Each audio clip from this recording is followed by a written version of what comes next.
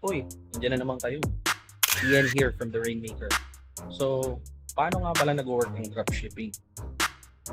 Well, there are two types of dropshipping, which is the first is ang traditional dropshipping and the second is ang company dropshipping. So, halika, pag-aralan natin.